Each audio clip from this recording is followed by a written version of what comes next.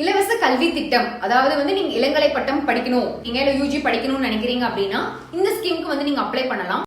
Eligibility என்ன அப்படின்னா, இது வந்து ஃபர்ஸ்ட் ஆஃப் ஆல் யார் கொண்டு வந்தது அப்படின்னு பாத்தீங்கன்னா, சென்னை பல்கலைக்கழகம் மெட்ராஸ் யூனிவர்சிட்டி கீழே இணைஞ்சிருக்கக்கூடிய private colleges, government aided colleges, அதாவது அரசு உதவி பெறும் கல்லூரிகளுக்கு கீழே வந்து இந்த ஒரு திட்டத்தை கொண்டு வந்திருக்காங்க.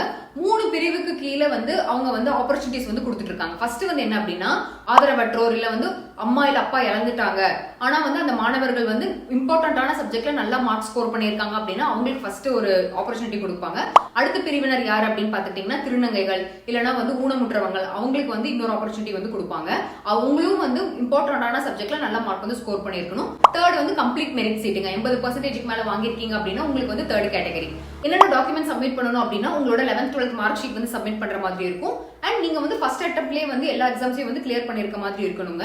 அண்ட் முக்கியமா உங்களோட குடும்பத்தோட ஆண்டு வருமானம் வந்து 3 லட்சத்துக்கு குறைவா வந்து இருக்கணும்னு சொல்லியிருக்காங்க. டாக்குமெண்ட் சப்மிட் பண்ணும்போது கடைசியா இன்கம் சர்டிபிகேட் என்ன வருமான சான்றிதழ் வாங்கியிருக்காங்களோ ரீசெண்டா வாங்கினதை வந்து சப்மிட் பண்ற மாதிரி இருக்கும்.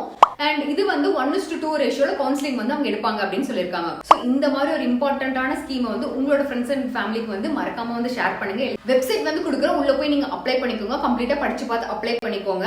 அண்ட் அப்ளை பண்றதுக்கு லாஸ்ட் டேட் என்னைக்கு அப்படின்னு பாத்துட்டீங்கன்னா 26ஆம் தேதி மேங்க. பிடிச்சிருக்கும் நம்பரை பிடிச்சிருந்தது அப்படின்னா மறக்காம ஃபாலோ பண்ணிட்டு உங்க ஃப்ரெண்ட்ஸ் அண்ட் ஃபேமிலிக்கு ஷேர் பண்ணிடுங்க.